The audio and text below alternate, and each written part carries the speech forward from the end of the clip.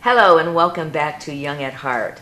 I am here this beautiful fall morning with our business guru, Mr. Alan Parker, who is with Rural Nevada Development Corporation, right? That's Otherwise known as RNDC. RNDC. So, Al, tell us, what is RNDC? I'll be glad to, Terry. And thank you for having me on the show today. Oh, thank you so much for coming. Rural Nevada Development Corporation, or RNDC, is a statewide nonprofit organization that operates only in rural areas of Nevada, which is essentially everything but Carson City, Reno, and Las Vegas. And we have a number of programs and services that we operate. And some of them I'd like to talk to your listeners and viewers today on, which has to do with the services that we provide, in some cases to seniors, in some cases to business people, in some cases to just the general community. First and foremost, RNDC has lots of housing programs. And that's what everyone is asking about these days, isn't it? And housing is a big issue today, both for homeowners as well as for people who might rent. RNDC actually owns two facilities here. Right here in Pahrump. Right. Okay. One of them is a senior residence facility near our hospital, which is known as Palm Terrace. Right. It's about And I'm sorry, just to interrupt you, don't you have open houses at these facilities at times? We do have open houses at these facilities from time to time, sometimes when we have vacancies, Oh, okay. Oh, or okay. sometimes when we want to put some people on waiting lists. Okay. But both of them do have that, and they're usually advertised in advance, Terry. Right, I've seen those. So Palm Terrace is a senior residence facility for about 60 to 64 units, and it's a one-story Right, okay. facility. And then we also operate on South Dandelion, the Courtyards, which is a three-story, and that's actually called, affordable housing Oh, okay. for families with children. So it's a different subset. And both of these facilities are income dependent because you have to meet certain eligibility guidelines for them, Right. affordable housing and for senior housing. But we have lots of residential programs for people who might own their homes. Right. Now, do people come to you to find out about those programs? People do come to us. Sometimes they're referred to us Okay. through other agencies within the state. Right. Sometimes they find us through our website, which I should mention. Right. What is your website? Our website is www.rndcnv.org. And we have a lot of information on there for people who might be in their homes, again, for certain income levels.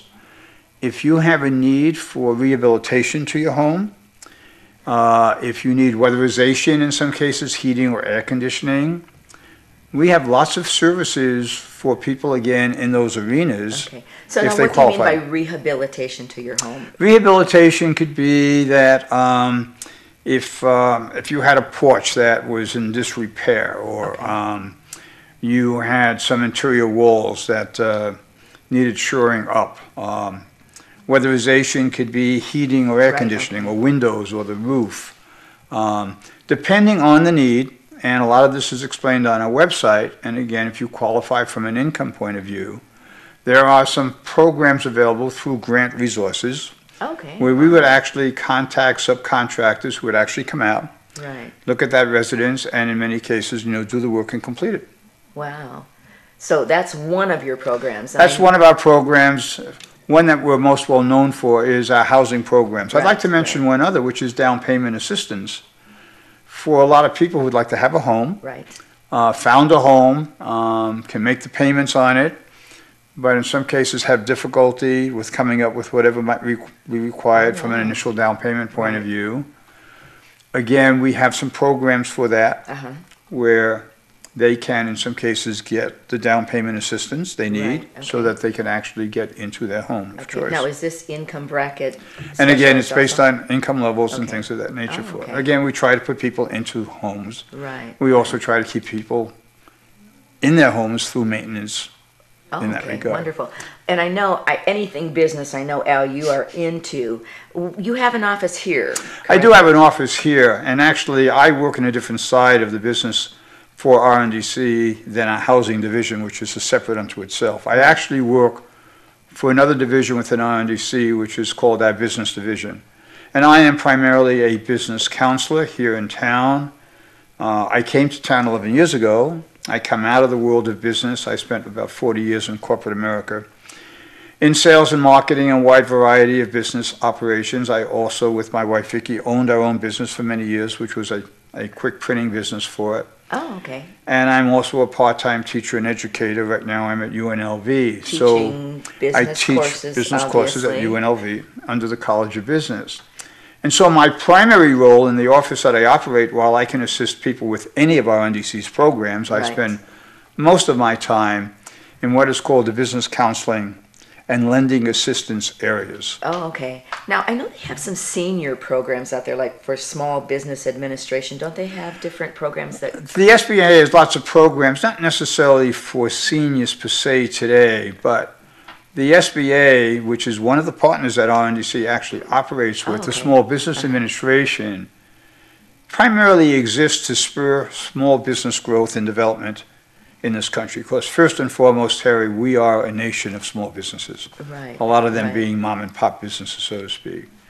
And the SBA, through its various loan guarantee programs, helps a lot of small people either start a business, or in a lot of cases where we have small businesses, SBA loans in some cases can help them expand their business, and in some cases maybe just retain their businesses from a retention point of view. Oh, wow.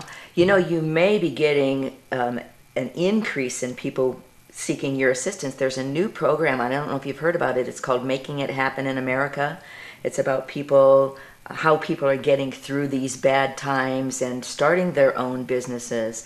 Have you seen anything on that? I've heard of that, and I can tell you that in times of recession, which we're still in, unfortunately, although we're Right. starting to come out of it slowly, in a lot of cases, people who have decided that either it's difficult to find employment, Right, or for various reasons decide they no longer want to work for someone else, right. and they would Which like is to be in most of control, us, right? which is most of us, which would mean that they might like to pursue alternatives such as starting their own business. Right, And it could be a home-based business, or it could be a business out of an office that they rent somewhere, or a retail shop. But we find that in recessionary periods, actually, we see a lot more people coming through my doors oh, I bet you do. because I bet they you would do. like to start a business. And of course, in good times, in times of prosperity, we also see lots of people Sure, come sure. through my doors, which answers the question, is there really ever a bad time to start a business? And the answer really is no, there never No. is a bad Oh, time to never start a a bad business. time, right. Now, you are very well skilled in teaching people how to write business plans. So again, the master of business. Well, it's very, very important that if you plan on starting a business, that you actually know what you're going to do Right, before you start to do it. And for people who are in business, it's very important for them to have a plan. And there are a lot of businesses that do not have business plans. right, But a business plan is really a written document that actually tells you how you're going to get from point A to point B. For one who would like to start a business and they have nothing more than an idea in their mind at this point in time, right, and they would eventually like to open up, for example, a fashion boutique. right.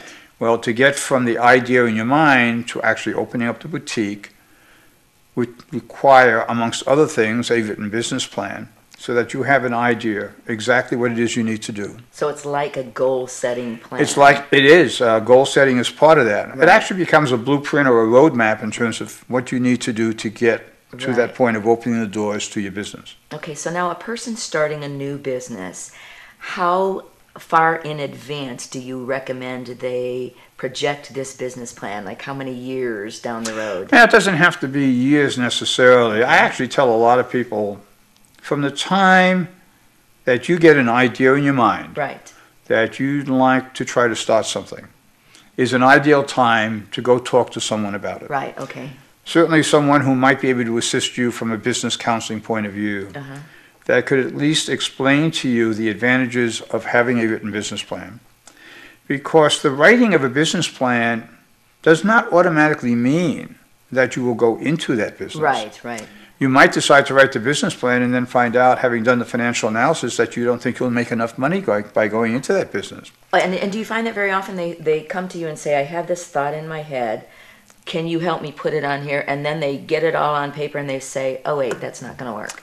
Yes, it happens on occasion. Uh-huh. It's not the norm, but it does happen.